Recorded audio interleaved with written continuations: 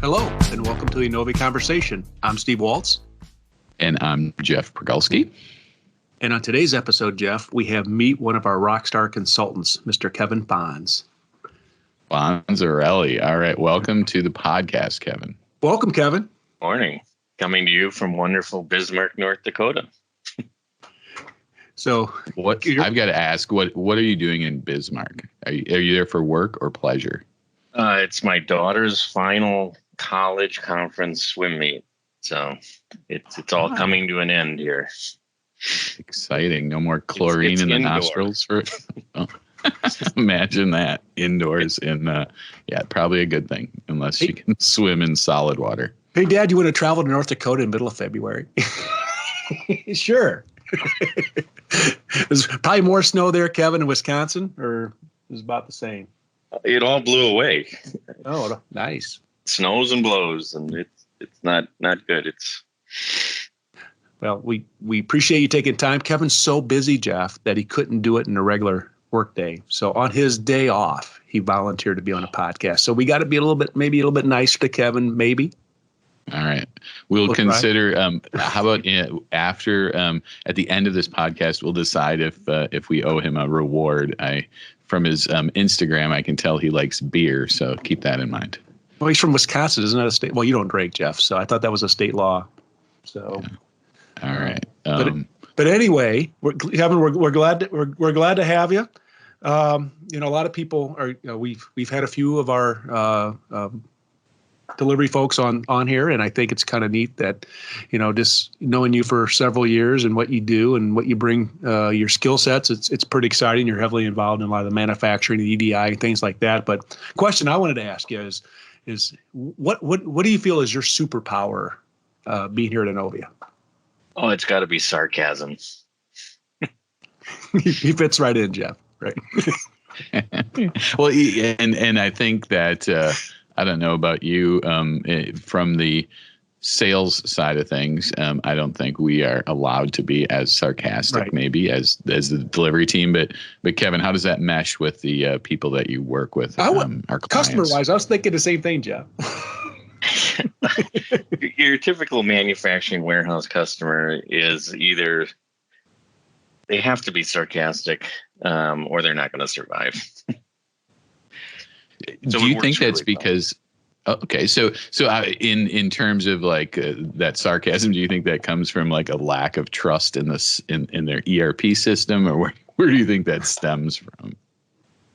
I think it has to do with more of the uncertainty of manufacturing and constantly being beat down. You have nothing left except to be sarcastic and laugh at everything. Interesting. Gotcha. All right. Well, that's a unique perspective, and that superpower probably makes you is part of why you're such a rock star at Innovia in the eyes of our clients. All right. Let's hit them with some questions, Steve. What's question number 2? Let's see. Question number 2, based off the sarcasm one. Outside of the sarcasm, so obviously you go in a lot and you're talking with customers. You're doing, maybe somebody that's doing an upgrade or somebody that they come to us and they need help. I guess what our listeners are probably curious on is, so when you kind of come in to talk with them, I guess what I would ask is how would you help prepare a customer? It's asking some of the right questions, right? I know a lot of times when we talk with them, they're asking about, what about this? I wanted to do this. And sometimes I feel like I don't know how to ask the right question. So maybe you can kind of talk about with your experience, how do you typically start an engagement and kind of work through an engagement with our customers? So usually it's both about asking the question and listening to the customer to see what really is their pain points or how they're doing something. And then a lot of times when you're talking through what they're doing now, depending on if they are on Nav or Business Central, you can kind of zero in on some stuff that they're having issues with. But then also a lot of times you come up with some really quick, just kind of do it type activities where, I didn't know I could do that. That makes it a lot easier. That solves their problem. It's a combination of that type of issue and then just continuing to go deeper and deeper into the issue to find out what the actual root cause of the problem they're having. Sometimes they're not doing things the way the system was designed, and they just don't know how the system was designed because they'd been there for a long time, or they hadn't been there when it was implemented, so they really don't understand the why and how the inner workings of nav work. Okay.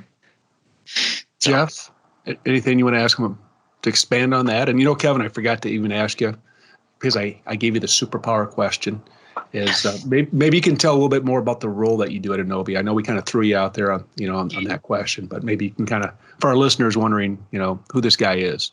Yeah, so I'm an application consultant, and I focus mainly on the areas, I would say, from sales order to shipment. And inside of that, really kind of heavily more into the warehousing, manufacturing, purchasing, supply chain, kind of the inner operations type activities, and not as much as possible, not the financial stuff. I know a little bit about the financials, but I try not to know too much because we have better people to handle that stuff. And that includes things like EDI, warehousing add-ons and scanner software and things like that. So I didn't used to be a warehouse guy. My background was more in, just manufacturing without warehousing, and purchasing, supply chains. I was a materials manager. But then when I started at Innovia like 4 years ago, I think it was now, I had to help and do a warehouse presentation and help with some of the warehouse customers. And over the years, I've become, I guess, the internal warehouse expert now. Nice. Yeah, I was wondering about because I know that when we have questions about warehousing on sales calls, your name always comes up. So I was wondering what it was. So in terms of your background pre-Innovia, how many years do you have in manufacturing, and any specific types of manufacturing that you specialized in? I know I ran into someone that I think it was said they worked with you in maybe the print industry or something. I don't remember, but any specialties?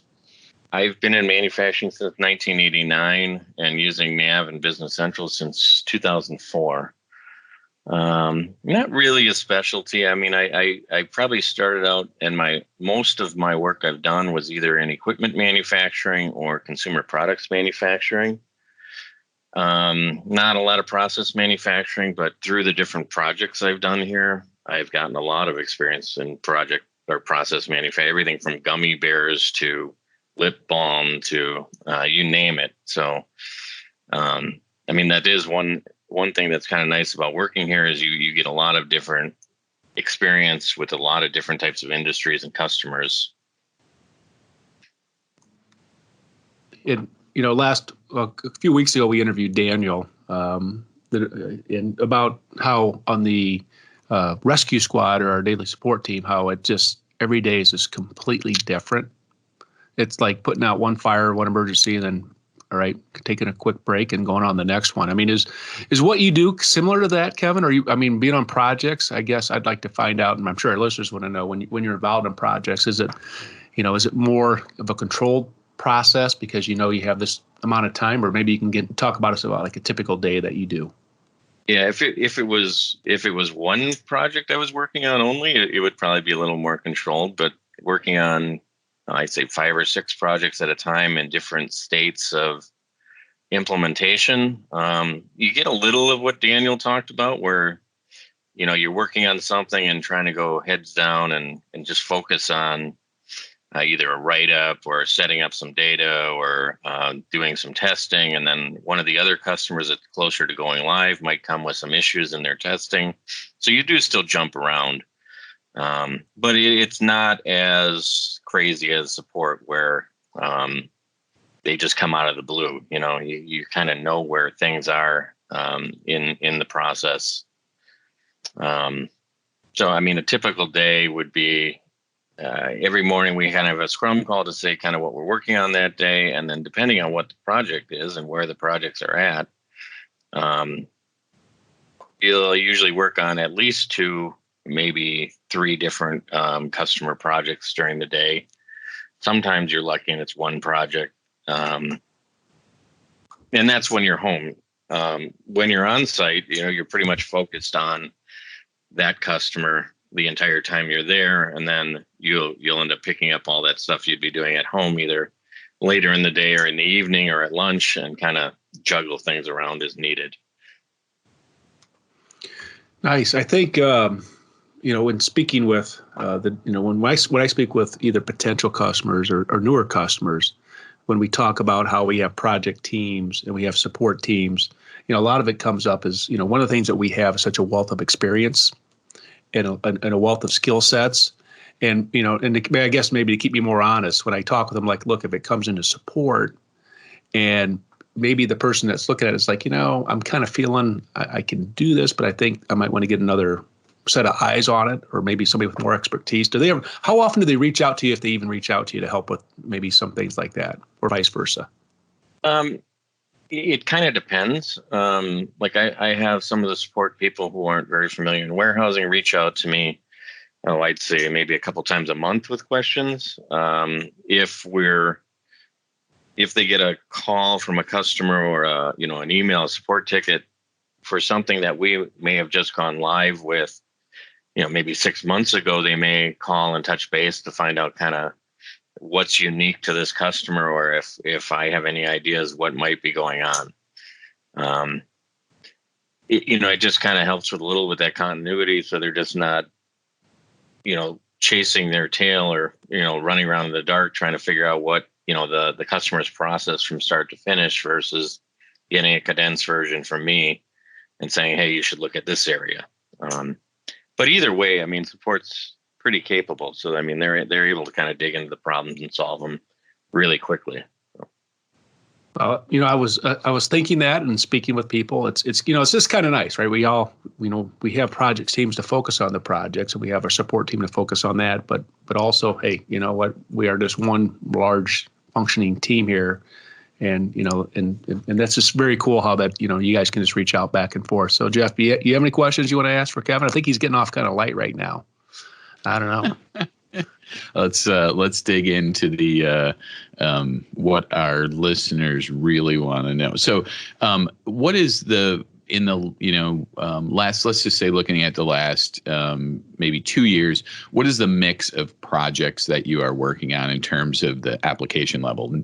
Nav, Business Central, SaaS, and Business Central on-prem? So I would say in the last 2 years, so 2 years ago, I'd say it was 90% Nav on-premise. And then as over these 2 years, we went live with the first, what I was told was the first manufacturer to go live in Business Central SaaS. About 2 years ago, I think. I know they waited for quite a while to be able to get their environment set up. And they went from AX to SaaS. So it was a fun project. But as more and more now, I would say my mix right now is pretty much, I'd say 90% SaaS or on-premise, and out of that, I'd say at least 50 or 60% has been going towards SaaS instead of the on-premise Business Central. Interesting. Yeah, I was thinking a lot lower number, Jeff. Were you? I was, yep. But yep. That's I think that's the way of the world. So to follow up and dig a little deeper, what in these projects, what do you think? What have you learned the most? The most unexpected thing, I guess, about maybe moving to the cloud, or what sort of considerations do you think our customers should be using to sort of frame their decision-making process about whether their ERP system is ready, or their business process is ready to move to the cloud? Oh yeah. So what I would suggest, if the customer does not have a lot of mods, they potentially would be a candidate for going directly to SaaS, or version 15, as you'd call it, which is the new code base. If the customer has a lot of mods, I kind of recommend that they do like a stopping off point and as soon as possible, really, because at some point Microsoft's going to say you can't go to version 14 anymore, which is kind of the current nav code base, really similar to the SAS code base, but it uses the same development tools, and you can do code changes right in the code versus having to do everything in extensions. So if they're on an older version, 2009, 2015, they really should consider moving to at least to version 14, or a variant of that 14.5, which gives them their similar code base. They can still do mods in the code, and then they can work as a separate project to move everything to extensions.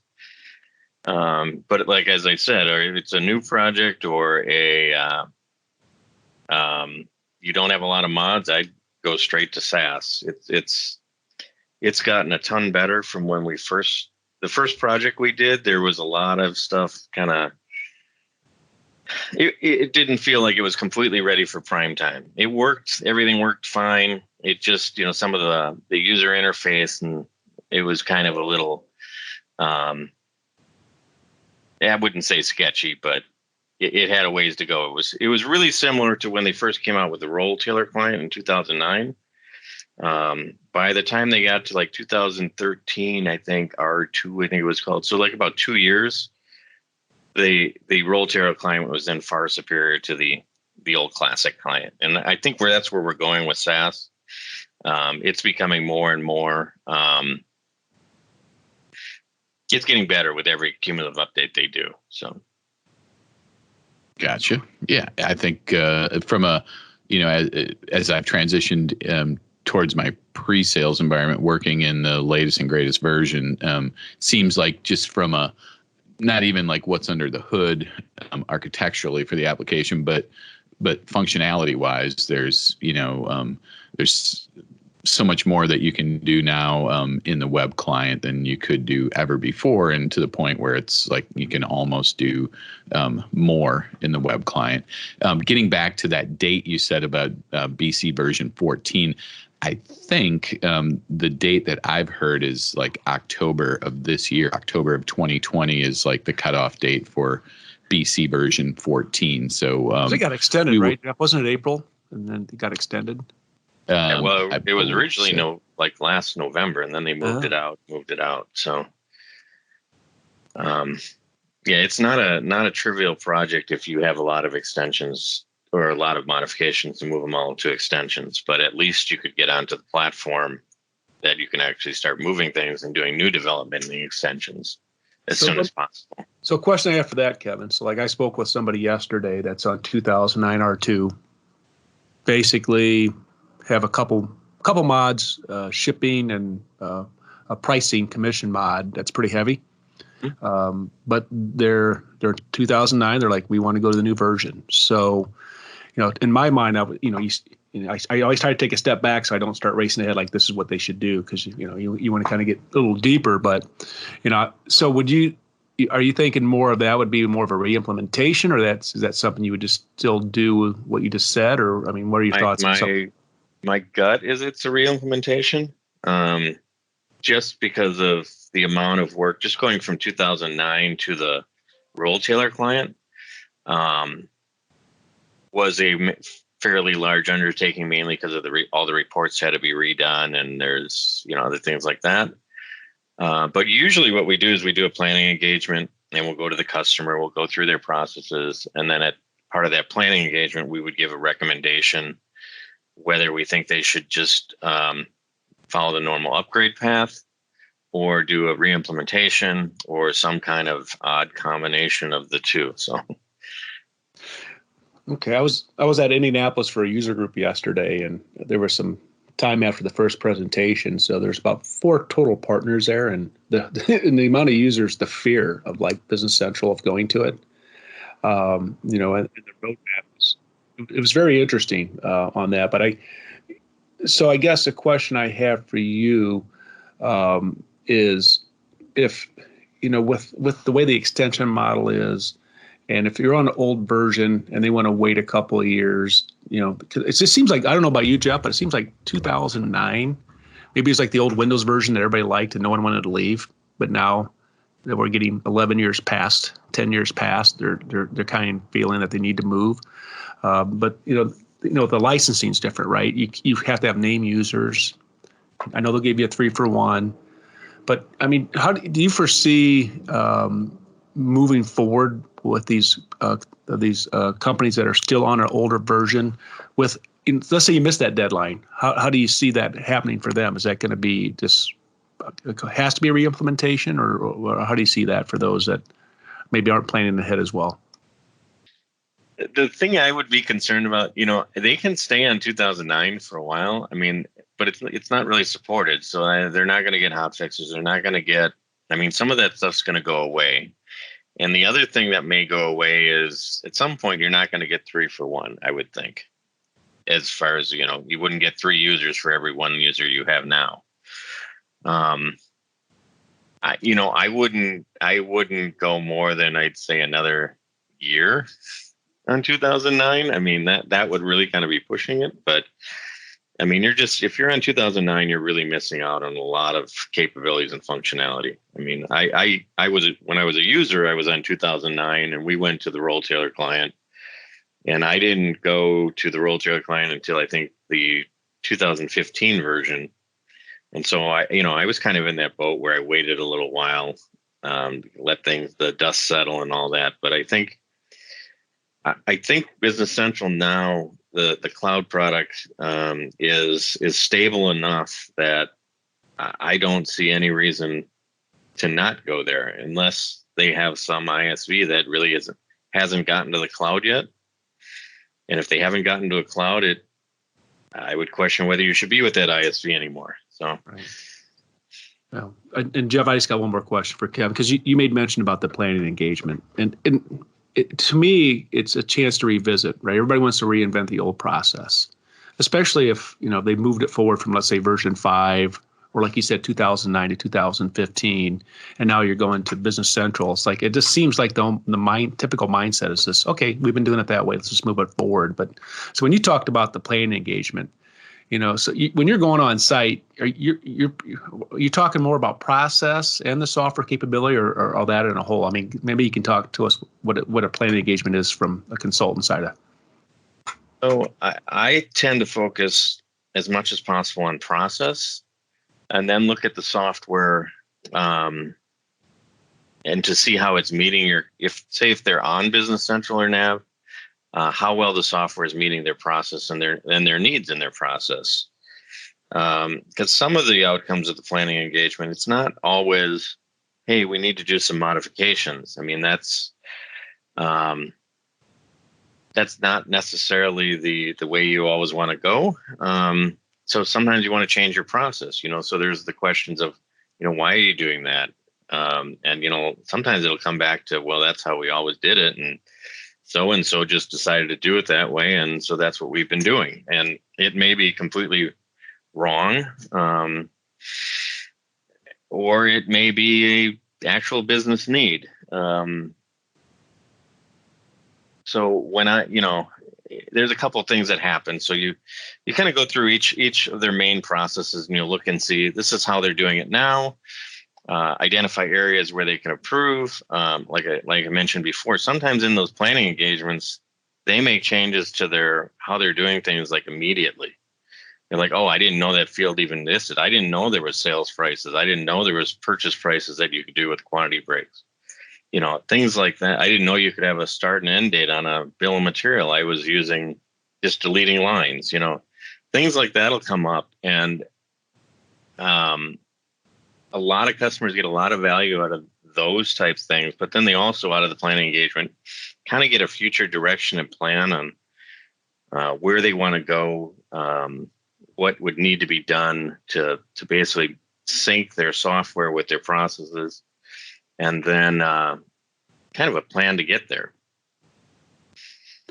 Right. That's great to hear, Kevin, because I don't know about you, but I've kind of been reading a little bit on change management, because it's the fear of change, right? Better to be with the devil you know versus the devil you don't know. And I mean, how often do you battle that when you're talking with people? Because especially if you've been there and you were thrown in the fire, say 5-7 years ago, and no one taught you, then you had to do a workaround to get your job.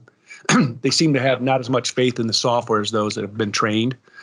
I mean, do you get a lot of pushback on change, or I mean, I know it's a broad question, but I guess maybe it really varies by the customer. I mean, some customers are really, they know their process isn't efficient and they want to make changes. Other ones, you'll get people who just dig their heels in and say, this is how we have to do it, you know. And I hate making modifications and changes for those type of people where it's, look, we could do it this way and it would solve all your problems and we wouldn't have to make any modification, or it'd be a really simple modification, versus the ones that are kind of really open to kind of looking at their processes, how they're doing things, and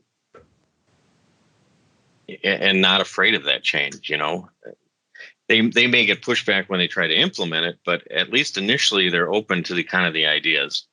And I'd say the people that resist the change, it's probably in the planning engagement, at least it's somewhat of a minority. You might run sales into guys. Just kidding. Yeah. You might run into people later in the process as you're implementing it that tend to push back a little more. But sometimes it's surprising is that the people that the company expects to resist the change are not the ones that resist the change. You know, I've heard things like, oh no, the receiving guy, and he's old. He doesn't embrace technology. We can't change it. He only knows how to do it this way, and we have to have it just like that. And then they gave him a scanner to use, and he says, just to try it. And he says, I'm not giving this back because this is so much easier. And they're all shocked because they didn't think Bob in receiving was ever going to embrace something like that. It's always a guy named Bob. You notice that, Jeff? Yeah, it's that Bob guy. Yeah, I use Bob a lot, right? I remember being with, I think it was with you, Jeff, or the guy said that Bob's been there 40 years and he couldn't sign with a password named Bob. So, but we'll give Bob a break. Well, great, it's Jeff. Bob and it's Karen if she's a woman. So those are the two problem people. You know, the other thing I'd say, you know, I hear a lot as an application consultant that hey, they want training, and I don't think they really want training. I think they want what I would say they would want consulting. They don't need to be trained on how to enter a sales order. They want to know, this is how we're entering our sales order. How can we do it better? How can we save time and money and make it more efficient? And there's a difference there. You know, it's and to me that's kind of important, is that when I walk away from these planning engagements, I want the customer to be better off than when I came there. And that's a great point, Kevin, because, you know, especially a lot of conversations I have with people that are considering us is that, so how would you lead us, right? And not just down, so you get the Microsoft roadmap, you know, because it used to be, you know, this ERP world was like, here it is, it's a break fix, this is where I want to go. And it's just what, you know, was it 2009 to 2013 was the release, right? It was almost 4 years, and now they're doing it every 6 months they're having a new version or update. Every month there's a new cumulative update.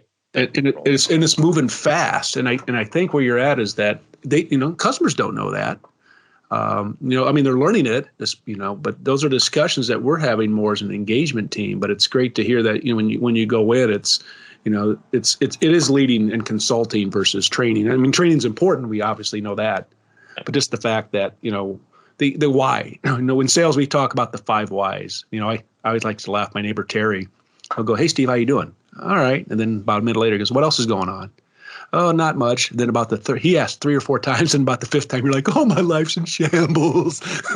This is going on. It's like after that 4th or 5th time, you just like unload and release more of it.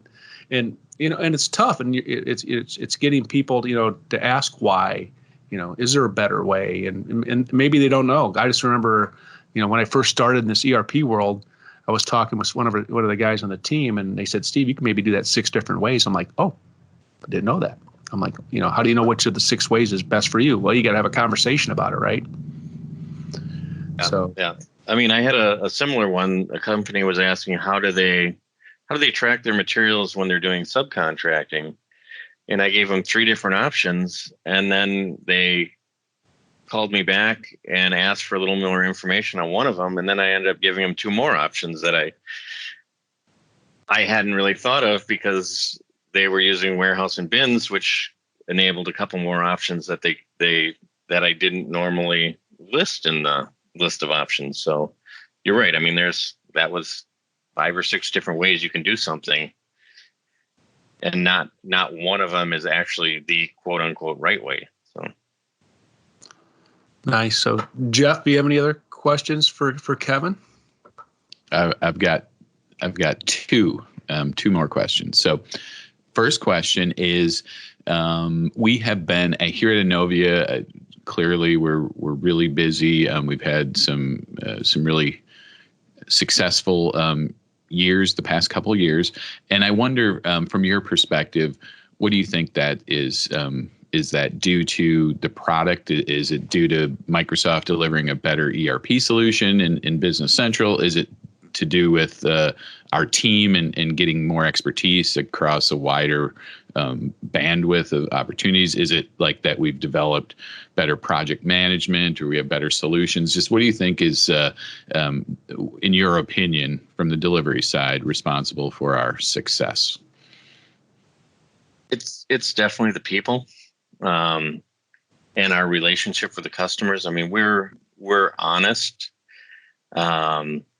Even the sales guys are fairly honest. I hear a fairly in there, Jeff. Fairly, yes. But the developers, the application consultants, the project managers, they're not just telling the customer what they want to hear. They're honest with them. They're fair. We give our customers attention when they ask for something. We respond.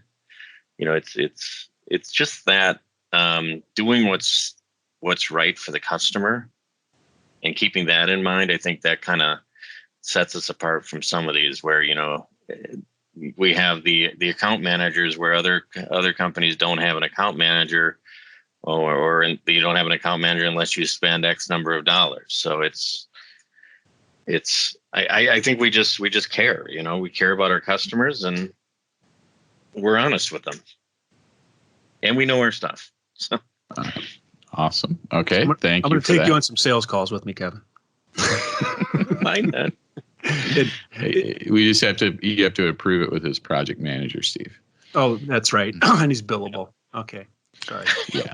Okay. And so my final question is, what has been your, since joining Innovia, your most interesting project? It could be because of the end user that you were working with. It could be because you thought we really helped them in a major way, but or it's just something odd that you did. But what is, in your opinion, the most interesting project you've been involved with since joining us?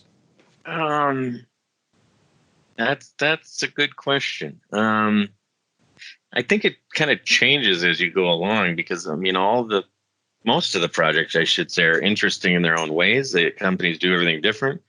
I did find it really cool that we did a project with a company that made